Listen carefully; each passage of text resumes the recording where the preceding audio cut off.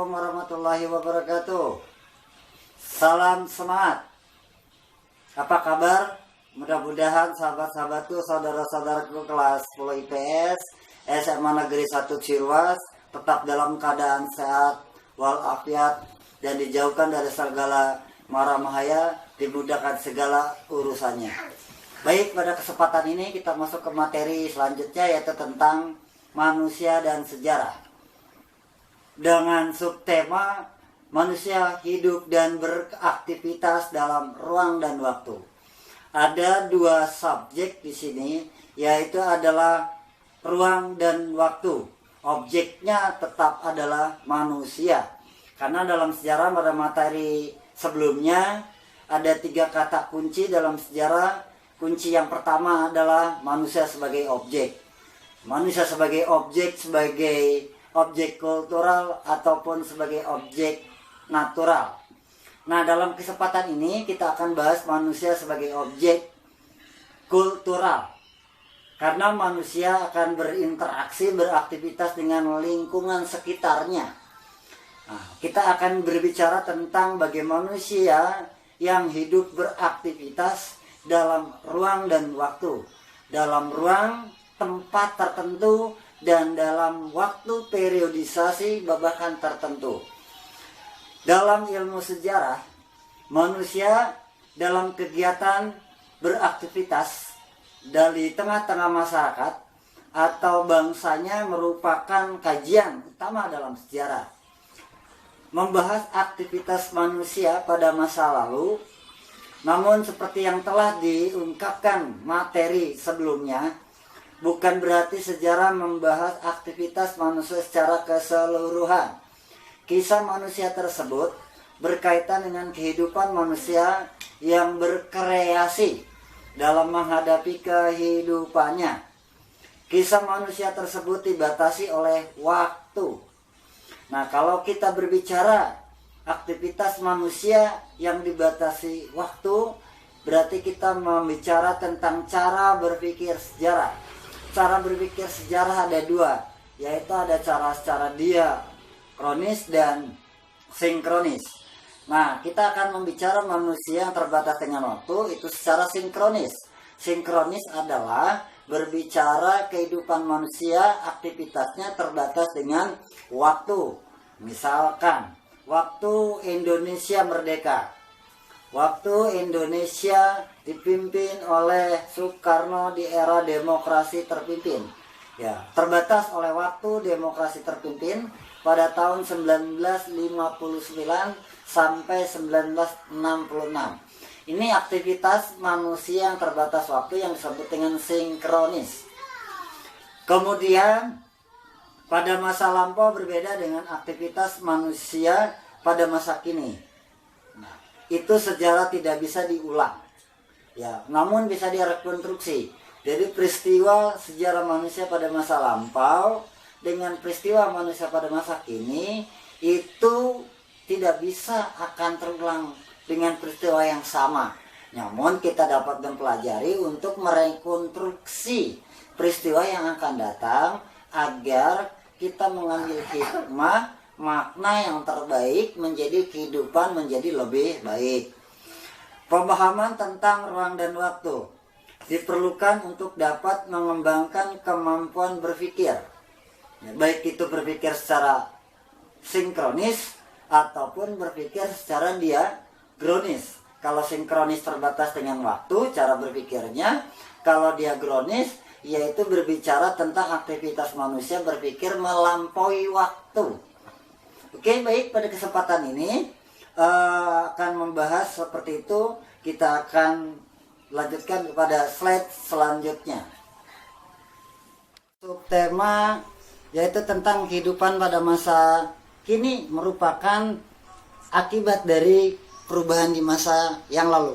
Jadi perubahan masa lalu itu mengakibatkan peristiwa pada kehidupan masyarakat atau manusia pada masa kini. Ya, kita tahu pada bab sebelumnya tentang hukum kausalitas. Dalam sejarah itu mengenal hukum kausalitas. Apa itu hukum kausalitas? Hukum kausalitas adalah keterkaitan tentang hukum sebab akibat. Ya, hukum tentang akibat dan sebab. Kalau ada sebab ada akibat, kalau ada akibat ada sebab. Nah, maka kita akan membahas keterkaitan tentang peristiwa yang terjadi pada hari ini, itu tidak akan pernah lepas pada peristiwa pada masa lalu. Jadi kalau belajar sejarah, melihat peristiwa yang terjadi hari ini, itu tidak akan pernah lepas dari peristiwa pada masa yang lalu.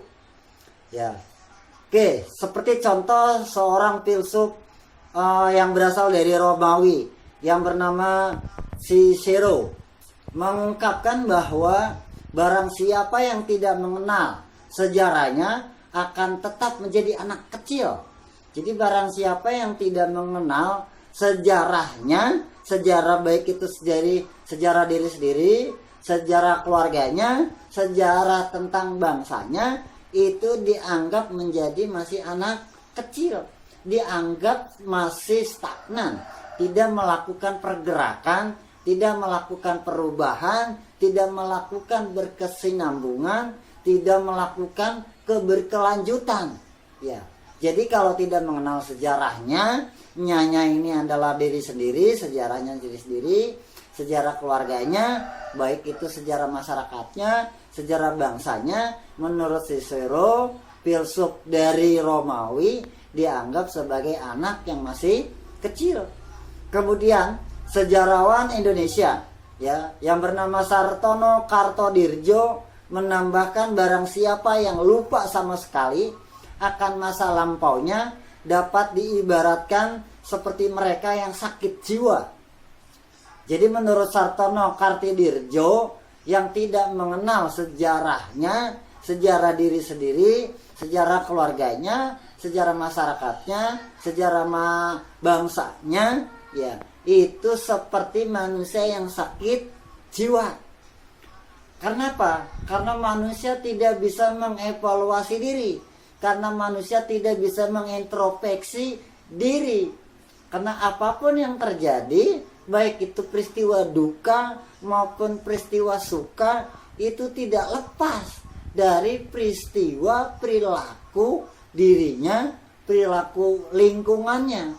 Lingkungan di sini bisa keluarga, bisa masyarakat, bisa sekolah, bisa bangsanya sendiri. Ya. Jadi disebut sakit jiwa. Maka ayo kita belajar sejarah, tidak menjadi anak-anak dan tidak menjadi seperti lupa sejarah atau mengalami sakit jiwa.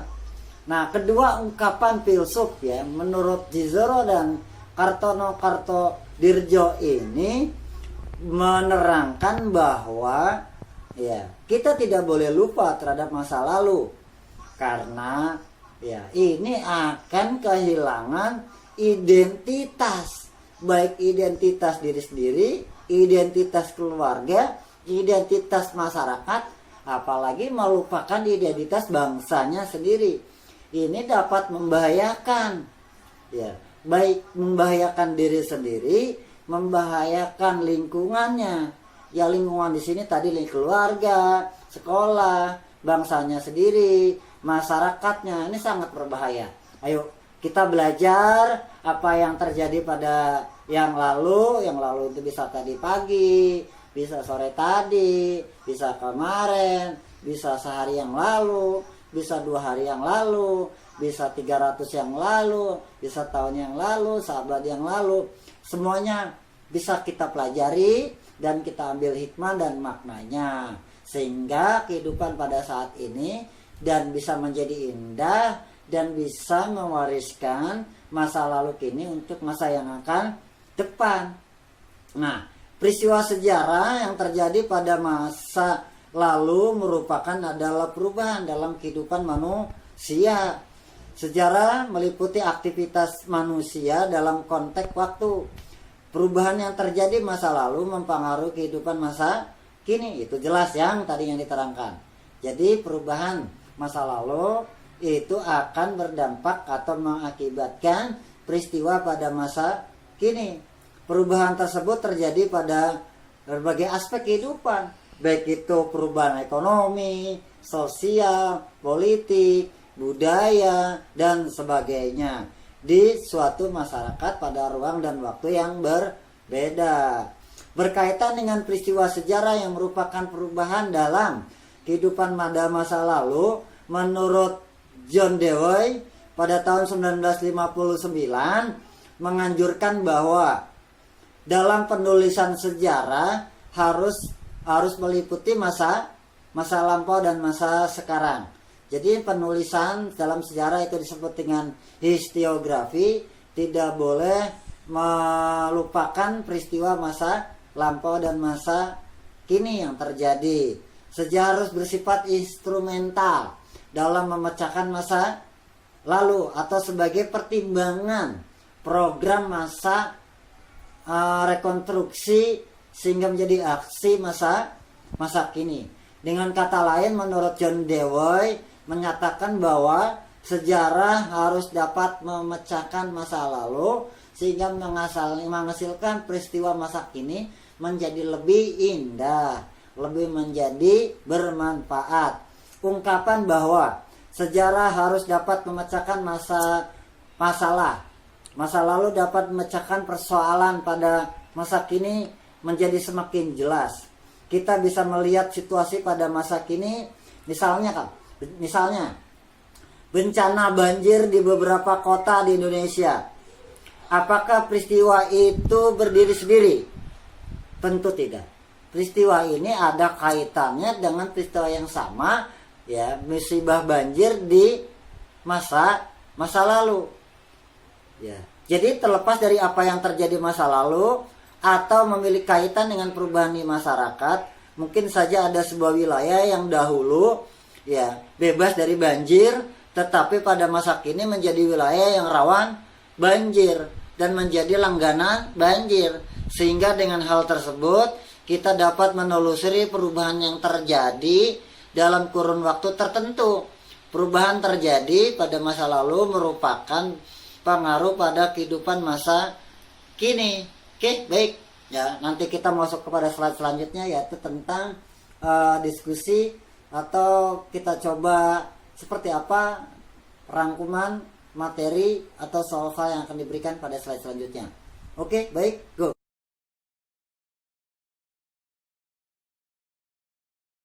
Oke, kita masuk ke slide yang kedua, masih di materi manusia dan sejarah.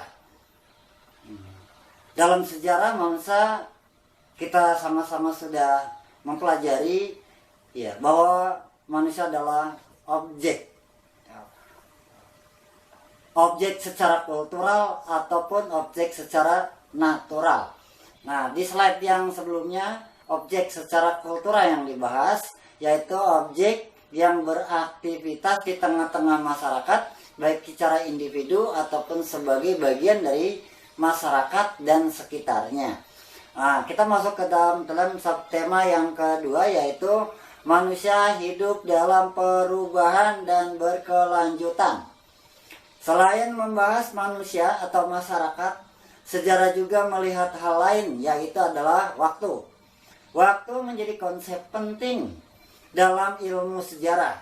Sehubungan dengan konsep waktu dalam ilmu sejarah menurut Kunto Wijoyo yang dalam bukunya dicetak pada tahun 2011 halaman 14 sampai halaman 15 yang meliputi perkembangan berkelanjutan, keberkesinambungan, pengulangan dan perubahan.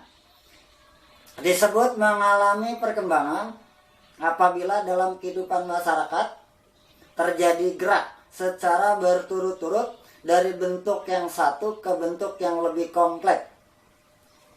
Misalnya dalam perkembangan demokrasi di Amerika Serikat yang mengikuti perkembangan kota.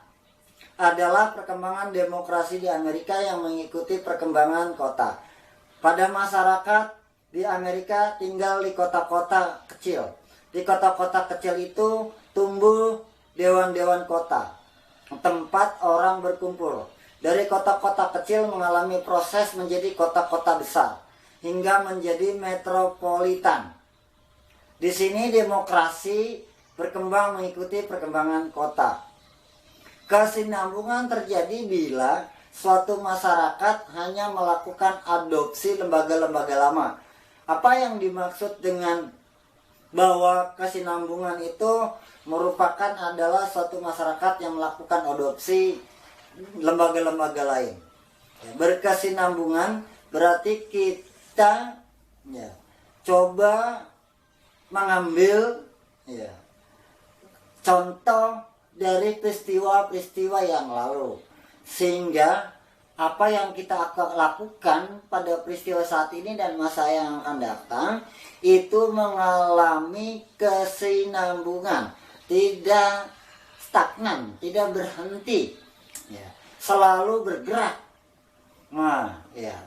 Jadi misalnya pada masa kolonial, kebijakan pemerintah kolonial mengadopsi kebiasaan lama. Contoh kebiasaan lama adalah tentang masyarakat feodal, antara lain dalam menarik upeti di daerah taklukan. Contoh pada masa kolonial yaitu tentang cara pengambilan upeti terhadap wilayah kerajaan taklukan. Belanda meniru raja-raja pribumi. Jadi pada masa pemerintahan kolonial menarik upeti terhadap wilayah taklukan kerajaan itu bukan kebiasaan baru, tapi kebiasaan yang dilakukan oleh Belanda meniru terhadap apa yang dilihat, dipahami terhadap kerajaan-kerajaan pada masa sebelum kedatangan kolonial, juga menarik upeti-upeti terhadap wilayah-wilayah taklukan yang dikuasai oleh raja-raja yang menguasai kerajaan yang mengalami kekalahan dalam perang. Sedangkan dikatakan perubahan, sekarang sejarah dikatakan sebagai perubahan apabila dalam masyarakat terjadi perkembangan secara besar-besaran dalam waktu yang relatif singkat. Perubahan terjadi karena adanya pengaruh dari luar. Misalnya, gerakan nasionalisme di Indonesia sering dianggap sebagai kepanjangan dari gerakan romantik di Eropa. Jadi sejarah dalam perubahan kita contohkan adalah masuknya pengaruh dari luar. Pada materi kelak nanti di kelas 2 ada materi tentang paham-paham yang berkembang di Eropa dan masuk ke Indonesia pada abad ke-18, yaitu adalah sebuah paham atau ideologi ajaran tentang nasionalisme.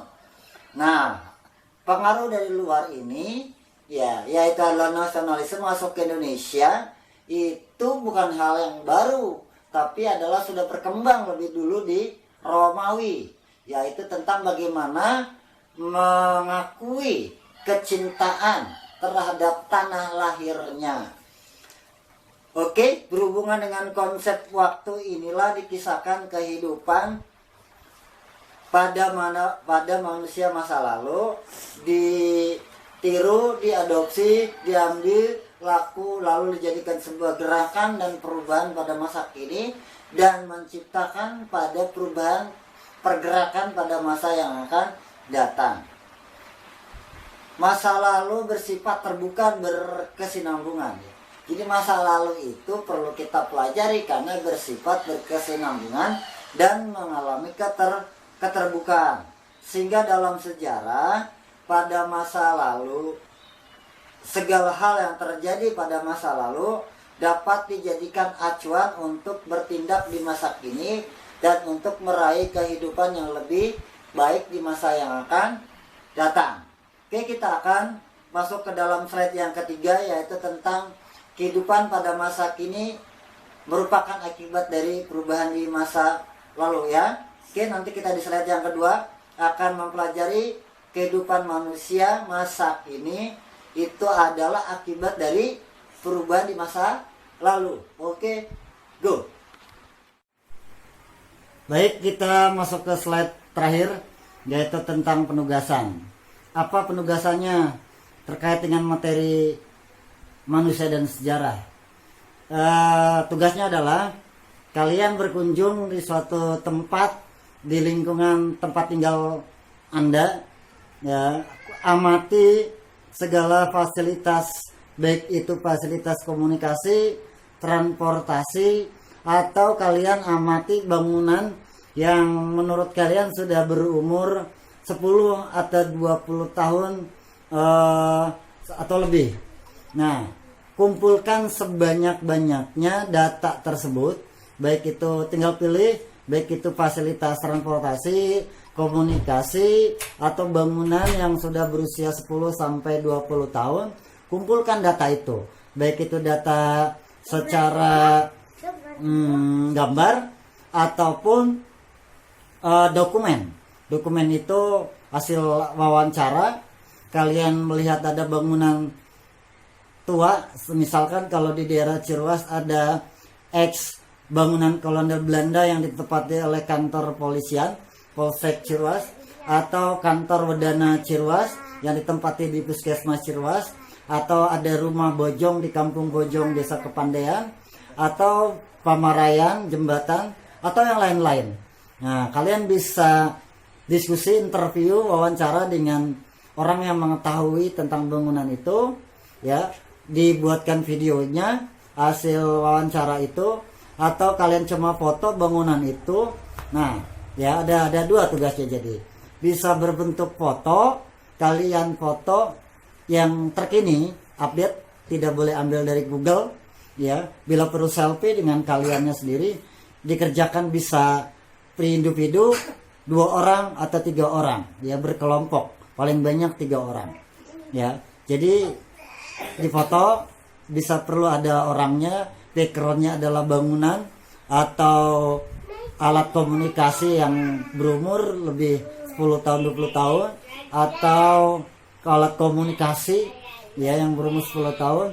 Nah, setelah dikumpulkan data-data itu, lalu kaitkan dengan